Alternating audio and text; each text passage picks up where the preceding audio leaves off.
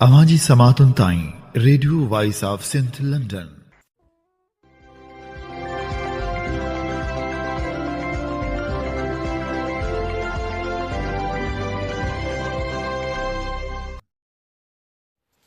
आम ही ॿुधी रहिया आहियो radio voice of Sindh London. अवांजी ख़िदमत में प्रोग्राम पेश कजे थो ख़बरुनि जी दुनिया। 11 अक्टूबर 2025 ख़मीस जे ॾींहुं प्रोग्राम ख़बरुनि जी दुनिया साण करे आऊं अवांजी ख़िदमत में हाज़िर आहियां जो पंहिंजो मेज़बान हबीब लगारी। सभ खां पहिरियां पेश करियूं था ख़ासि ख़बरूं। सक़ाफ़ती ॾिहाड़ो मल्हाइण जुर्म बणियल, पुलिस पारां अञा ताईं केस दाख़िल करण वारो सिलसिलो जारी। दौड़ थाणे ते वधीक 8 ॼणनि ख़िलाफ़ FIR दाख़िल। अयाज़ लतीफ़ पलीजे चयो आहे त सिंध लाइ जदोजहद जारी रहंदी, ख़ामोश न वेंदासीं। ख़ैरपुर में हाउस जॉब कंदड़ डॉक्टरनि खे पघारूं न मिलियूं, सरापा एहतजाज बणियल। वापडा खे ख़ानगाहनि ख़िलाफ़ ऑफिसनि जी तालाबंदी, एहतजाजी मुज़ाहिरा। हाणे पेश करियूं था तफ़सीली ख़बरूं। ट्रांसपेरेंसी पाकिस्तान पारां रिश्वत बाबति नई सर्वे रिपोर्ट जारी कई वई आहे, जंहिंमें चयो वियो आहे त ख़ैबर पख्तूनख्वा जे 20% माण्हुनि चयो त गुज़िरियल 12 महीननि में कम जे लाइ रिश्वत नाहे ॾिनी, जॾहिं त पंजाब में 39% माण्हुनि चयो त रिश्वत वरिती वञे थी, जॾहिं त बलूचिस्तान में 31% ऐं सिंध में 46% माण्हुनि पारां चयो वियो त असां खां रिश्वत वरिती वञे थी। रिपोर्ट इहा ॻाल्हि पिणु ज़ाहिर करे थी त सभ खां वधीक रिश्वत सिंध में वरिती वञे थी।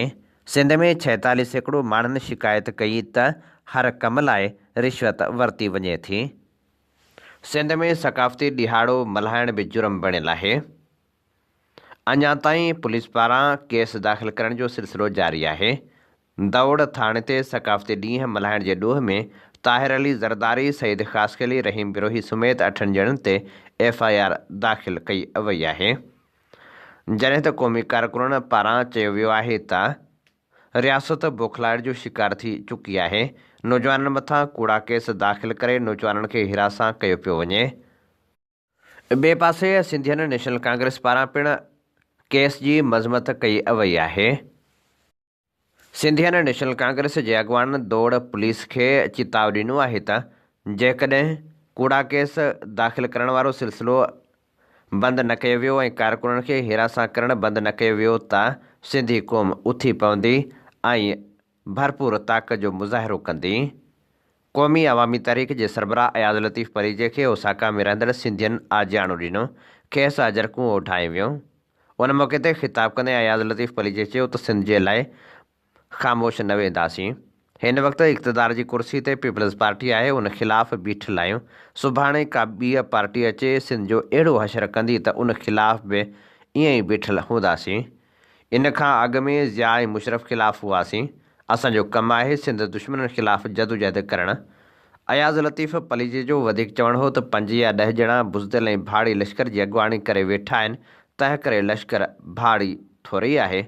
2 टे वॾेरा सरदार मुर्शिद जागीरदार हुकूमत लाइ अॻियां पोयां पिया डोड़नि।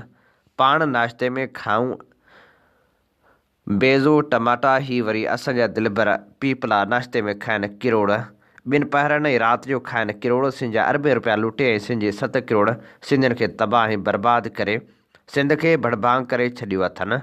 अयाज़ लतीफ़ पलीजे जो वधीक चवणु हो त पीपल्स पार्टी जी सिंध हुकूमत पब्लिक सर्विस कमीशन ज़रिए नौकरियूं विकिरो करे छॾियूं आहिनि। रोड, शहर, ज़ख़ीरा, पाणी, ज़मीनूं, वसीला, जबल, कारूंझर, कींझर, तारीख़ी माग, सिंध जी हर शइ भुॻड़नि मुठ ते विकिणी छॾी आहे। हीअ सिंध खे पंहिंजी ज़ाती मिल्कियत ऐं जागीर सम्झनि था। अयाज़ लतीफ़ पलीजे जो चवणु हो त पीपल्स पार्टी जा हुक्मरान चवनि था पीपल्स पार्टी शहीदनि जी पार्टी आहे, तंहिं करे असांजी मर्ज़ी आहे ऐं सिंध जा वारिस बि असां आहियूं। सिंध जे तक़दीरनि जा फ़ैसिला असां कंदासीं। अयाज़ लतीफ़ पलीजे चयो त असांखे शहीद ज़ुल्फ़िकार अली भुट्टो ऐं शहीद बेनज़ीर भुट्टो लाइ लख दफ़ा एतिराम आहे, पर हर शहीद अहम ऐं मुक़दस आहे। अयाज़ लतीफ़ पलीजो खां वठी हर लीडर शहीद खां बि वधीक सिंध जी धरती ऐं सिंध जो वतन अहम ऐं मुक़दस आहे। सिंध खे तीन वाल न करियो, सिंध जो सौदो न करियो, सिंध खे भुॻड़नि मुठ ते न विकिरो करियो। ईअं न कयो। जॾहिं तव्हां सुभाणे न हुजो, तव्हांजे क़बरनि ऐं आख़िरी आरामगाहनि भरिसां कंहिं मिट माइट जी क़बर ते सिंधी अची दुआ घुरनि। उनखे ॿुधाइनि भरिसां फिलाणे जी क़बर आहे, ओॾह मुंहुं बुछड़ो करे उन पासे खां हलिया वञनि ऐं चवनि त फिलाणो माण्हू दफ़न थियनि जंहिं सिंध विकिणी छॾी। सिंध तरक़ी पसंद पार्टीअ जी मरकज़ी तनज़ीमी शोबे जी दस्तूरी गॾिजाणी पार्टी जे जनरल सेक्रेटरी होत ख़ान गाॾे जी सदारत हेठि हैदराबाद में थी, जंहिंमें डॉक्टर अब्दुल हमीद मेमण ऐं कादर चना समेत मरकज़ी अॻवाननि शिरकत कई। इजलास दौरान पार्टीअ जी मजमूई तनज़ीमी सूरतहाल जो तफ़सीली जाइज़ो वरितो वियो ऐं अहम फ़ैसिला पिणु कया विया। इजलास में तनज़ीमी शोबे पारां सॼी सिंध में कयल दौरान तनज़ीमकारी ते मुकमिल इत्मीनान जो इज़हार कयो वियो, जॾहिं त फ़ैसिलो कयो वियो त 5 जनवरी 2026 खां 10 फेबरवरी 2026 ताईं सॼी सिंध जो तनज़ीमी दौरो कयो वेंदो, जंहिं दौरान मुख़्तलिफ़ ज़िलनि में वर्कर्स इजलास पिणु मुनक़िद कया वेंदा। दौरे जो तफ़सीली शेड्यूल मुनासिब वक़्त ते जारी कयो वेंदो। इजलास में वधीक फ़ैसिलो कयो वियो त 25 डिसंबर ते party chairman doctor Qadir Magsi जी सालगिरह सॼी सिंध में वॾे शान शौक़त सां मल्हाई वेंदी। सालियानो योम मादरे वतन 14 फेबरवरी ते हैदराबाद में थींदो, जंहिं लाइ मरकज़ी अॻवाननि में इलाइक़ाई सतह ते ज़िम्मेवारियूं विरहाई वियूं। सखर ऐं शिकारपुर डिवीज़न जी ज़िम्मेवारी जाम अब्दुल फ़ताह समेजे खे, लाड़काणे ऐं शहदाद कोट कंबर लाइ इंजीनियर गुलज़ार सुमरे खे, जॾहिं त हैदराबाद मटियारी ऐं टंडे अलहियार लाइ हैदर शाहाणी ऐं डॉक्टर अब्दुल हमीद मेमण खे ज़िम्मेवारी ॾिनी वई। नवाब शाह लाइ निसार किरियो, सिजावल बदीन ऐं टंडे मोहम्मद ख़ान लाइ होत ख़ान गाॾही, कादर चना ऐं डॉक्टर अहमद नूनारी, जॾहिं त ठठो लाइ इम्तियाज़ समूह मुक़ररु कया विया। उमरकोट ऐं मिठी लाइ डॉक्टर सुमार मंगरियो, जामशोरे लाइ हैदर मलाह, दादू लाइ गौतम चना, सांघड़ लाइ जाम शौकत आबड़ो, मीरपुर ख़ास लाइ ख़ुदा बशीर दरस ऐं नौशर फिरोज़ लाइ सैयद अतार अली शाह खे ज़िम्मेवारी सौंपी वई, जॾहिं त कराची डिवीज़न लाइ डिवीज़नल कमेटी समेत एजाज़ अली सामटियो, ख़ैरमंद मंगसी ऐं ॿियनि खे मुक़ररु कयो वियो। सिंधियन नेशनल कांग्रेस ज़िले मलीर पारां 13 डिसंबर ते घग्घर फाटक में जश्न साईं GM सैद प्रोग्राम मुनक़िद करण जो ऐलान कयो वियो आहे। सिंधियन नेशनल कांग्रेस पारां समूरनि सिंध दोस्त धुरियुनि खे क़ौमी ॿधी जो सबूत ॾियण ऐं प्रोग्राम में शिरकत करण जी दावत पिणु ॾिनी वई आहे। कम्युनिस्ट पार्टी ऑफ पाकिस्तान पारां चयो वियो आहे त सभिनी शहरनि खे बुनियादी हक़ ॾियण ऐं सभिनी क़ौमी वहदतनि जी हक़ हुक्मरान खे तस्लीम करण बदिरां आइन जे धजनि खे उॾाइण, इंसानी हक़नि जे भञकड़ियुनि करण, आवाम खे विरहाइण ऐं इंतज़ामी यूनिटनि जे नाले ते क़ौमी वहदतनि खे टुकड़ा टुकड़ा करण जूं साज़िशूं बंदि कजनि। तालीम, रोज़गार, सिहत जूं सहूलियतूं, रिहाइश ऐं तहफ़ुज़, इहे सभई हर शहरी जा बुनियादी हक़ आहिनि ऐं उनजी फ़राहमी रियासत जी आइनी ज़िम्मेवारी आहे।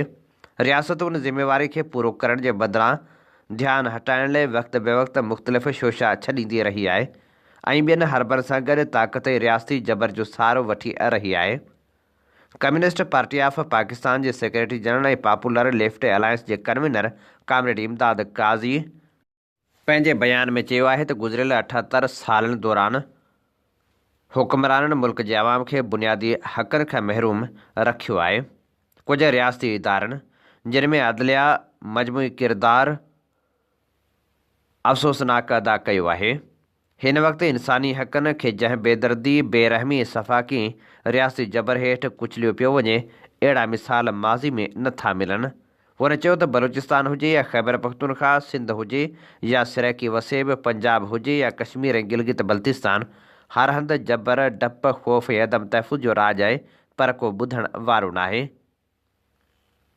इमदाद काज़ी इंसानी हक़नि जे आलमी ॾींहं ते इंसानी हक़नि लाइ कमु कंदड़ सभिनी तनज़ीमनि ऐं आलमी इदारनि खे अपील कई त उहे पाकिस्तान में थींदड़ बदतरीन इंसानी हक़नि जे भञकड़ियुनि ते नोटिस वठी हुक्मराननि खे पाबंद कनि त इंसानी हक़नि जे भञकड़ियुनि खे मुकमल तौर ते ख़तमु कयो वञे।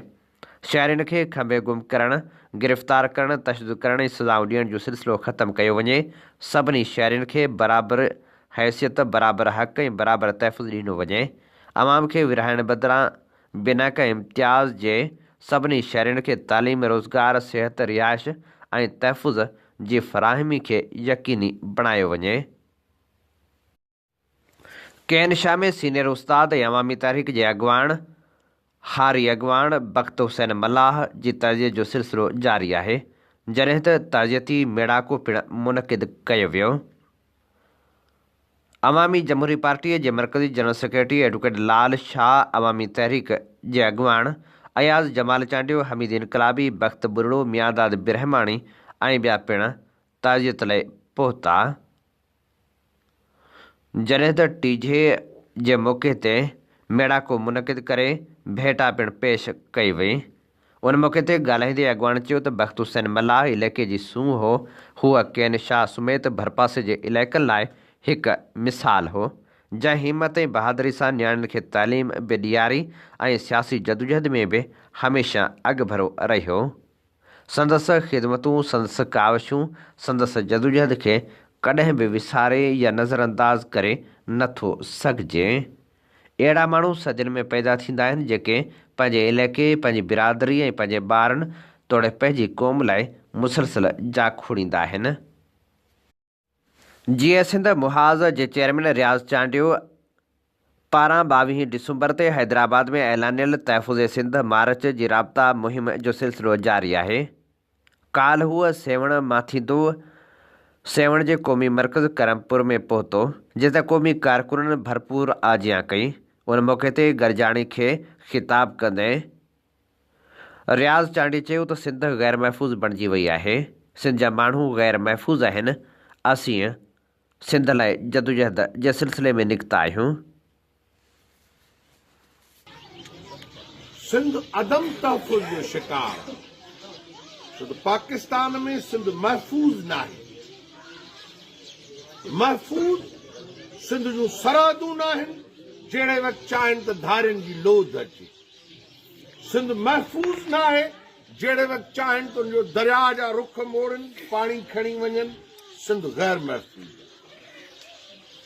सिंध जो समुंड ग़ैर महफ़ूज़ आहे। उनजा पोर्ट्स, बंदर मिल्कियत कमाइनि, उहा मिल्कियत तव्हां ते ख़र्च न आहे। सिंध अदम तहफ़ुज़ जो शिकार आहे त सिंध पाकिस्तान में खरबें डॉलर कमाए, तेल जे मद में, गैस जे मद में, कोयले जे मद में, इंसानी तरक़ीअ जे लाइ वॾी ज़राअत, टैक्सिस जे मद में वॾो खज़ानो रखंदड़ पाकिस्तान में आहे। पर उनखे बुख, बदहाली, ज़िल्लत ऐं गुरबत इस्लामाबाद ऐं पाकिस्तान जे सॼे सिरिश्ते सिंध जे माण्हुनि जे मथां बुख ऐं गुरबत मुसलित कई। इहा बुख ऐं ॾोहारी राज जी शुरूआत पाकिस्तान सां गॾु थी। हाणे उहा वधी 78 सालनि में इंतहा ते पहुची आहे। उनजी इंतहा जी शिकिल हीअ आहे त सिंध पाकिस्तान में इंसानी जियापे वारी खुराक खां महरूम आहे। मां नथो चवां एशियन बैंक, वर्ल्ड बैंक, आलमी जेके मुआशरे, समाज ऐं क़ौमुनि खे माप कंदड़ इदारा आहिनि, उहे चवनि था त सिंध में इहा हालत आहे त 1 करोड़ जे अंदरि रुगो माण्हू कारे कामण जो शिकार आहिनि, छो त पाणी बि नथा खाइनि, खुराक बि कोन अथनि, साफ़ पाणी। इंसानी हक़नि जो ॾिहाड़ो मल्हायो वियो। मुख़्तलिफ़ इलाइक़नि में तक़रीबूं पिणु मुनक़िद कयूं वियूं। इंसानी हक़नि जे ॾिहाड़े ते तक़रीबूं मुनक़िद करे मुतालबो कयो वियो त इंसानी हक़नि जी हिफ़ाज़त खे हर सूरत में यकीनी बणायो वञे। इंसानी हक़नि वारे आलमी ॾिहाड़े जे मौक़े ते थरपारकर में इंसानी हक़नि जे लाइ सेमिनार मुनक़िद कयो वियो। सेमिनार में शागिर्दनि सियासी समाजी अॻवाननि वॾे अंग में शिरकत कई। उन मौक़े ते अॻवान जो चवणु हो त इंसानी हक़नि जी लताड़ वारो ही सिलसिलो हाणे बंदि थियणु खपे। मोरे भरिसां हथियारबंद स्कूल वेंदड़ शागिर्द खे मोटरसाइकिल समेत मुबैना तौरु अगवा करे विया। कमरदीन चांडियो भरिसां ॻोठ नवाब साबिक़ी वासी 15 वरियनि जे नौजवान खे अगवा कयो वियो।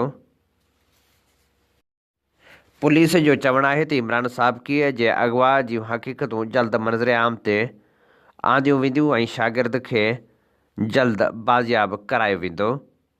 ओबावड़े भरिसां हथियारबंदनि हिकु वापारी खे अगवा करे लखें रुपया फुरिया।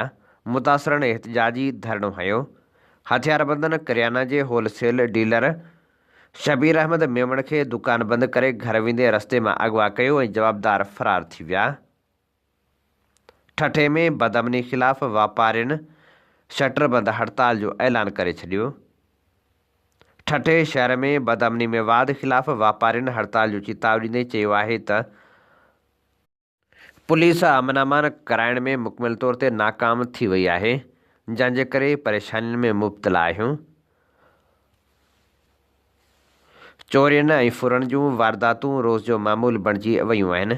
पुलिस अमन अमान जी सूरतहाल खे बहितर करण लाइ को बि क़दम खणण लाइ तयारु नाहे। हुननि मुतालबो कयो त फौरी तौर ते अमन क़ाइमु करायो वञे, ॿी सूरत में शटरबंद हड़ताल कई वेंदी। हैदराबाद मां ज़हनी बीमार नारी घर ॿाहिरां पुरअसरार नमूने गुम थी वई। घर भाती परेशान थी विया जॾहिं त पुलिस को बि तहरुक न वरितो। हैदराबाद जे हटड़ी थाणे जी हद मां 22 वरहनि जी ज़हनी बीमार नारी महानूर घर ॿाहिरां पुरअसरार नमूने गुम थी वई। उन सिलसिले में नारी जी माउ ग़ज़ाला भट्टी पंहिंजे पुटनि सूधो हैदराबाद प्रेस क्लब साम्हूं एहतजाज कयो। उन मौक़े ते हुन चयो त सूमर ॾिहाड़े आउं पंहिंजी ड्यूटी ते वियल हुयसि। घर में 22 वरहनि जी धीअ महानूर ऐं पुट सोढो घर में कमु कंदड़ मासी मौजूदु हुआ। मासी मूजिबि महानूर पाड़ेसरी ओर जे घरां कपिड़ा खणी अचण जो चयो, जंहिं ते मासी महानूर खे घर ॿाहिरां छॾे वापसि घर मोटी, पर घणी देरि गुज़रण बावजूदि महानूर वापसि न आई। जॾहिं मां घर पहुतसि त ख़बर पई त महानूर खे मासी घर ॿाहिरां छॾे आई हुई, जंहिंखां पोइ महानूर घर न मोटी आहे। हुन मुतालबो कयो त धीअ जी ॻोल्हा में असांजी मदद कई वञे। मुरीद शाख में दुकानदार जे अगवा ख़िलाफ़ शटरबंद हड़ताल करे सवें शहरियुनि धरणो हणी गुडू कश्मीर रोड ब्लॉक करे छॾियो। धरणे सबबि 2 कलाकनि ताईं गाॾियुनि जूं डिघियूं कतारूं लॻी वियूं। मुज़ाहिरीन खंभड़ा पुलिस ख़िलाफ़ सख़्तु नारेबाज़ी कंदा रहिया। पुलिस जी लापरवाही सबबि ॾोहारी बेख़ौफ़ थी विया आहिनि। मुज़ाहिरीन जो चवणु हो त हिकु ॾींहं ते अगवा ऐं धाड़ो पुलिस जी नाअहली जो खुलियल सबूत आहे। दुकानदार शबीर मेमण खे फौरी तौर बाज़ियाब करायो वञे। पेट्रोल पंप तां वापारी अरबाब मीराणी खां फुर कयल 20 लख रुपया वापसि कराया वञनि। मुलविस जवाबदारनि खे गिरफ़्तार करे सख़्तु सज़ा ॾिनी वञे, ॿी सूरत में एहतजाज जारी रखियो वेंदो। SHO खंभड़ा मुज़ाहिरीन सां ॻाल्हियूं करे 2 ॾींहनि अंदरि मग़वी दुकानदार खे बाज़ियाब ऐं वापारी अरबाब मीराणी खां फुर थियल रक़म वापसि कराइण जी ख़ातिरी कराई, जंहिं बाद मुज़ाहिरीन धरणो ख़तमु करे छॾियो। Human rights commission of Pakistan J chairman Asad Bhatt हुक्मरान ते ज़ोर ॾिनो आहे त उहे अहिड़ियूं ग़लतियूं ॿीहर न कनि जेके 1971 जे सान्हे जो सबबु बणियूं, छो त पाकिस्तान जी बका जमहूरियत ते ॿधल हुक्मरानी में ई आहे। कराची प्रेस क्लब में इंसानी हक़नि जे आलमी ॾींहं जे मौक़े ते थियल सेमिनार खे ख़िताब कंदे असद इक़बाल भट्ट चयो त पाकिस्तान जी हुक्मरान अशराफिया मुल्क में इंसानी हक़नि जे वॾे पैमाने ते थींदड़ भञकड़ियुनि जी ज़िम्मेवार आहे। सियासी क़ुवतनि जमहूरी इदारनि खे गैर असराइतो ऐं लॻभॻि मफ़लूज कयो वियो आहे। हिन मुल्क में जबरी गुमशुदगियुनि जो शिकार माण्हुनि जे वारसनि सां दिली हमदर्दी जो इज़हार कंदे ख़बरदार कयो त मज़हबी गिरोहनि खे पंहिंजनि मक़सदनि लाइ इस्तेमालु करण जो रियासती अमल फौरी तौरु ख़तमु थियणु घुरिजे। संदसि चवणु हो त सियासी क़ुवतनि जे इस्तेसाल जमहूरी इदारनि खे गैर असराइतो ऐं तक़रीबन मफ़लूज करे छॾियो आहे। आइन खे कमज़ोर करणु, कानून जी हुक्मरानी ते वार करण ऐं आमरीत खे हथी ॾींदड़ तरमीमनि सां जमहूरियत ज़वाल ॾांहुं वञी रही आहे। इख़्तिलाफ़ राय खे ॾोह बणायो पियो वञे। असद इक़बाल भट्ट मूजिबि जबर बावजूदि अवामी तहरीकूं, सियासी पार्टियूं, समाजी तनज़ीमूं ऐं मज़लूम क़ौमूं साबित क़दम आहिनि। साम्राजी ॾाढ ऐं तबक़ाती इस्तेसाल ख़िलाफ़ मज़ाहिमती क़ुवतनि खे हिकु वॾी अवामी इतिहाद में मुतहद करण जूं कोशिशूं जारी आहिनि। हुन चयो त असीं सभिनी इदारनि खे गॾु करण जी जदोजहद करे रहिया आहियूं साॻे वक़्तु 26 ऐं 27 आइनी तरमीम जी वापसी, जबरी गुमशुदगियुनि जे ख़ात्मे, सियासी क़ैदियुनि जी आज़ादी, मीडिया जी आज़ादी जी बहाली ऐं घटि में घटि उजरत 50,000 रुपया माहिवार मुक़ररु करण समेत केतिरा ई मुतालबा पेश करियूं था। हैदराबाद में डॉक्टरनि ऐं अमले जो हिकु ॿियो कारनामो साम्हूं अची वियो। ख़ानगी अस्पताल मां नएं ॼावल पुट जी मिठाई खाए वारसनि खे धीअ ॾिनी वई। कासिमाबाद जे शोरा ॻोठ जे रवासिन हैदराबाद जे इलाइक़े कासिमाबाद जे ख़ानगी सरवाणी अस्पताल में डॉक्टराणी अमले ख़िलाफ़ हैदराबाद प्रेस क्लब साम्हूं एहतजाजी मुज़ाहिरो कयो वियो। उन मौक़े ते ख़ादम लाशारी चयो त 30 डिसंबर ॾिहाड़े कासिमाबाद जे सरवाण अस्पताल में वहम जे सिलसिले में पंहिंजी ज़ाल खे दाख़िल करायमि, जिते डॉक्टराणी नाहिद मुंहिंजी ज़ाल जी डिलीवरी कराई, जिते पुट जी औलाद जनम वरितो।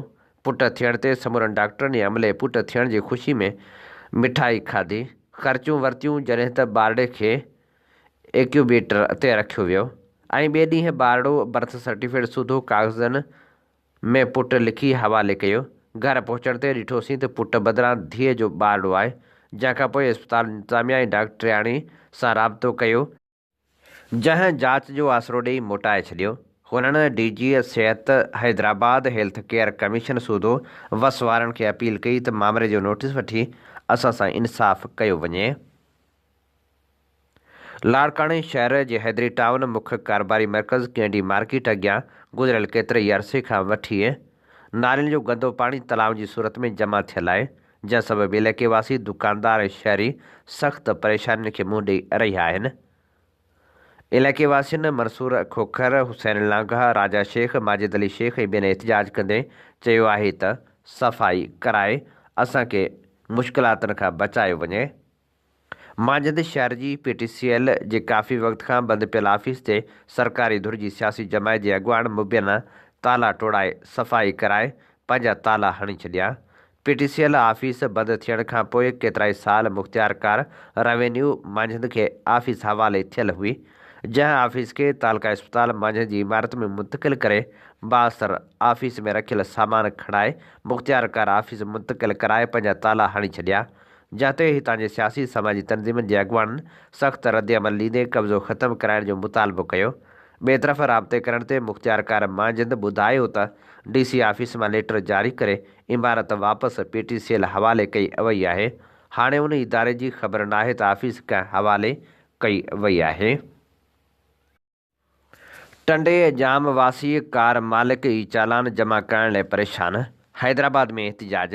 टंडे जाम वासी कार मालिक ज़ुहैब मंगी ई चालान जमा न थियण ते हैदराबाद प्रेस क्लब साम्हूं एहतजाज कयो। हुन चयो त मूं वटि मेहरान कार आहे, जंहिं ते टंडो जाम टूल प्लाज़ा ते 10,000 रुपयनि जो चालान कयो वियो आहे, जॾहिं त टंडो जाम सूधो हैदराबाद में ई चालान किथे बि जमा नथो कयो वञे, जंहिं सबबि पंहिंजे घर भातियुनि लाइ पंहिंजे कम ते नथो वञी सघां। SSP हैदराबाद ऐं ऑटो भान ते वाक़िया पुलिस सेंटर ते धिका खाइण बावजूदि केर बि रहनुमाई नथो करे। हुन चयो त चालान जमा कराइण जी आख़िरी तारीख़ 14 डिसंबर आहे। आख़िरी तारीख़ गुज़रण ते चालान वारी रक़म डबल थी वेंदी। हुन सिंध जे वॾे वज़ीर ऐं सिंध जे घरू खाते वारे वज़ीर खे अपील कई त मामले जो नोटिस वठी हैदराबाद में ई चालान जमा कराइण जी सहूलियत मुहैया कई वञे। मिठियाणी भरिसां ॻोठ मोहम्मद ख़ान भट्टी सिहत समेत बुनियादी सहूलियतुनि खां महरूम, चूंडियल नुमाइंदनि बि सार न लधी। UC डेपारजा में वरियण खां क़ाइमु ॻोठ मोहम्मद ख़ान भट्टी मीर जो बाग खे ड्रेनेज सिस्टम, डिस्पेंसरी ऐं गैस जी सहूलियत न मिली सघी। ॻोठ खे पको रस्तो बि न मिली सघियो। बरसातुनि में ॻोठाणा ॾुखियाईनि खे मुंहुं ॾियण ते मजबूर आहिनि। ॻोठाणनि जो चवणु आहे त CC ऐं प्योर ब्लॉक ऐं स्ट्रीट लाइट्स जी सहूलियत बि न आहे, जंहिं करे सख़्तु तकलीफ़ुनि खे मुंहुं ॾियणो पवे थो। ॻोठ में डिस्पेंसरी जी सहूलियत न हुअण करे एमरजेंसी में मिठियाणी या नौशरो फेरोज़ वञणो पवे थो। ॻोठाणनि चयो त ॻोठ में ड्रेनेज सिस्टम न हुअण करे निकासी जो पाणी घटियुनि में जमा थी वञे थो, जंहिं करे गंदगी सबबि बीमारियूं पखिड़िजी रहियूं आहिनि। हुननि चयो त चूंडियल नुमाइंदनि खे केतिरा ई भेरा शिकायतुनि बावजूदि असांजी सार नथी लधी वञे, न वरी मसइला हल कया वञनि था। ॻोठाणनि मुतालबो कयो त ॻोठ में डिस्पेंसर ऐं गैस समेत ॿियूं बुनियादी सहूलियतूं ॾेई परेशानियुनि खां बचायो वञे। वापडा खे ख़ानगाहनि ख़िलाफ़ वापडा हाइड्रो यूनियन जे सॾ ते मुलाज़िमनि ऑफिसनि जी तालाबंदी करे एहतजाजी रैलियूं कढी धरणा हया। सखर में सेबको मुलाज़मन वॾे अघ में सर्कल ऑफिस खां प्रेस क्लब ताईं एहतजाजी रैली कढी धरणो हयो। उन मौके ते hydro electric workers union SEPCO Sukkur region जे अॻवान खलीलुर रहमान डोमकी, शुजात हुसैन घुमरो, आकीक अहमद जुणेजो, सरवर अली, सैद ज़ाहिद शाह, आकीक अहमद दायो, नज़ीर मोहम्मद मेमण ऐं ॿियनि चयो त वाबडा जी निजकारी फ़ौरन रोकी वञे, छो त हीउ क़ौमी इदारो आहे ऐं उनजी निजकारी सां हज़ारे मुलाज़िम ऐं उन्हनि जा ख़ानदान सख़्तु मुतासिर थींदा। लाड़काणे में रीजनल ऑफिस खां एहतजाजी रैली कढी वई, जेका शहर जे मुख़्तलिफ़ रोडनि रस्तनि खां थींदी शहर जे मुख्य जनाहबाग चौक वटि पहुती, जिते सेबको जे सवे मुलाज़िमनि धरणो हणी सख़्तु नारेबाज़ी कई। उन मौके ते आल पाकिस्तान वाबडा hydro electric workers union regional chairman Nisar Shaikh, media coordinator Mahmood Pathan, Abdullah Soomro, Asghar Sangi, Hadi बख्श जतोई ऐं ॿियनि चयो त मुल्क में सियासी अणबराबरी, नाक़स मनसूबाबंदी ऐं वधंदड़ करप्शन सबबि क़ौमी इदारनि जी जबरी निजकारी जो सिलसिलो जारी आहे, जंहिं तहत हिन वक़्तु बिजली विरहाइण वारियुनि कंपनियुनि जी पिणु निजकारी करे ख़ानगी कंपनियुनि हवाले कयूं पियूं वञनि, जंहिंमें लाहौर, गुजरांवाला, फैसलाबाद ऐं मुल्तान इलेक्ट्रिक सप्लाई कंपनियूं शामिल आहिनि, जेको फ़ैसिलो न रुॻो बेरोज़गारी वधाईंदो पर मेहनतकशनि ते मुआशी हमिलो बि आहे। हुननि चयो त सॼी दुनिया में अवामी फ़ाइदे वारा यूटिलिटी इदारा मज़बूत कया वेंदा आहिनि, पर पाकिस्तान में IMF जे आशीर्वाद सां फ़क़्ति ग़रीबनि खे दॿायो पियो वञे, जंहिंजी हर सतह ते मज़ाहिमत कबी। हुननि चयो त मुल्क में जारी 53,000 अरब रुपयनि जी करप्शन साबित करे थी त इदारनि खे कीअं लूटे तबाह कयो वियो आहे, पर करप्शन कंदड़नि ख़िलाफ़ कार्रवाईनि बजाए मज़दूरनि जा हक़ खसिया पिया वञनि। हुननि चेतावनी ॾींदे चयो त जेकॾहिं निजकारी वारो अमल न रोकियो वियो त उन ख़िलाफ़ तहरीक हलाए रोडनि ते अची पंहिंजा हक़ वठंदासीं। राधण में SDO ऑफिस खां sub division chairman Radhan Niaz Ali Bhutto, Imdad Ali भट्टी, निज़ामुद्दीन नारेजो ऐं ॿियनि जी अॻुवाणी में बैनर ऐं पेनाफ्लेक्स खणी एहतजाजी रैली कढी वई। मेहड़, दादू, सेवण, नवाबशाह, मिरपुर ख़ास, बदीन, रानीपुर, जकमाबाद, गौसपुर, टंडो आदम ऐं ॿियनि शहरनि में पिणु रैलियूं कढियूं वियूं। मुज़ाहिरीन जो चवणु हो त वाबडा जी निजकारी करे लखे मुलाज़िमनि खे बेरोज़गार करण वारी साज़िश कामयाबु थियणु न ॾींदासीं। हुननि मुतालबो कयो त डेली वेजिस मुलाज़िमनि खे पको करे घटि में घटि पघार 50,000 ॾिनी वञे, 20% भर्तियूं में बहाल कयूं वञनि। खैरपुर में सिविल अस्पताल में हाउस जॉब कंदड़ डॉक्टरनि गुज़िरियल 5 महीननि खां पघारूं न मिलण ख़िलाफ़ एहतजाजी रैली कढी MS ऑफिस अॻियां धरणो हणी नारेबाज़ी कई। उन मौके ते doctor Usman, doctor Sajjad Shar, doctor Jadam Silro, doctor Haroon ऐं ॿियनि ॻाल्हाईंदे चयो त 5 महीननि खां सिविल अस्पताल में हाउस जॉब करे रहिया आहियूं, पर अञा ताईं पघारूं नथियूं मिलनि। हुननि चयो त कुझु माण्हू रिश्वत घुरी रहिया आहिनि, जेको सरासर ज़ुल्म आहे। हुननि मुतालबो कयो त 1 हफ़्ते अंदरि असांजूं पघारूं जारी करे माली परेशानी ख़तमु कई वञे, ॿी सूरत में एहतजाज जो दाइरो वधायो वेंदो, जंहिंजी ज़िम्मेवारी अस्पताल इंतिज़ामिया मथां हूंदी। खानपुर महर पुलिस पारां अदालती हुकम ते ॻोठ कमाल पठाण में छापो हणी मंगी बिरादरी जे घरनि मां मुबैना क़ैद थियल 2 औरतनि फैसलाबाद वासी चंदा ऐं रिमशाह आराई खे बाज़ियाब कराइण बाद घोटकी जी अदालत में पेश कयो। अदालत में बयान बाद ॿिन्ही औरतुनि खे पटिशनर मोहम्मद हुसैन आराई हवाले कयो वियो। फैसलाबाद वासी पटिशनर मोहम्मद हुसैन आराई घोटकी जी अदालत में पटिशन दाख़िल कराई हुई त संस अमड़ चंदा ऐं सोट रिमशाह आराई खे खानपुर महर वेझो मंगी बिरादरी जे माण्हुनि क़ैद करे छॾियो आहे। होड़ रिमशाह ऐं चंदा आराई मूजिबि हुननि 2 भाइरनि अमानुल्लाह ऐं इकराम मंगी सां 3 महीना अॻु शादी कई हुई। नसीराबाद में सुजाग शहरी इतिहाद पारां तालके अस्पताल में डॉक्टरनि ऐं दवाउनि जी खोट ख़िलाफ़ 40 ॾींहं बि एहतजाज जारी रखियो वियो। उन मौके ते सख़्तु नारेबाज़ी पिणु कई वई। मार्च खे ख़िताब कंदे सूफ़ी गफ़ार चन्ना, कामरेड आसिफ़, मोहम्मद मलूक लगारी, इख़्तियार, मोहम्मद जुमन सांद, बाबर ओढाणो, सराई ग़ुलाम हुसैन, मंठार चांडियो, जावेद काठियो ऐं ॿियनि ख़िताब कंदे चयो त अस्पतालूं, स्कूल, बिजली, गैस ऐं पाणी इंसान जो बुनियादी हक़ आहिनि। नसीराबाद तालके जी आवाम खां उहो हक़ बि फुरियो वियो आहे। अस्पताल में डॉक्टर न आहिनि, दवाऊं न आहिनि ऐं बुनियादी सहूलियतूं बि न आहिनि। हुननि मुतालबो कयो त फ़ौरी तौर ते बुनियादी सहूलियतूं ॾिनियूं वञनि। पुलिस हिरासत में क़त्ल थियल डॉक्टर शाहनवाज़ कुंभर केस जी ॿुधणी दहशतगर्दी जी अंत वारी अदालत में थी। 23 नामज़द जवाबदारनि मां 12 ज़मानत ते 6 गिरफ़्तार अदालत में पेश थिया। 5 जवाबदार इश्तिहारी करार ॾिनल आहिनि। अॻूणे SSP जी मिल्कियत ज़ब्त करण बाबति FIA वधीक वक़्तु घुरी वरितो। ॿुधणी 23 डिसंबर ताईं मुलतवी कई वई।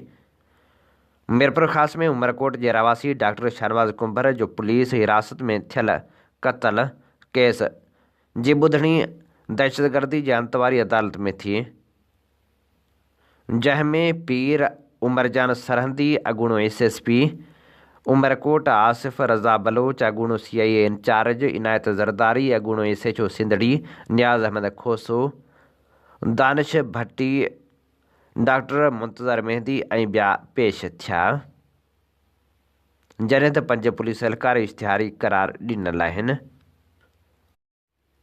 हीअ असीं अवां जी ख़िदमत में पेश करे रहिया हुआसीं ख़बरूं।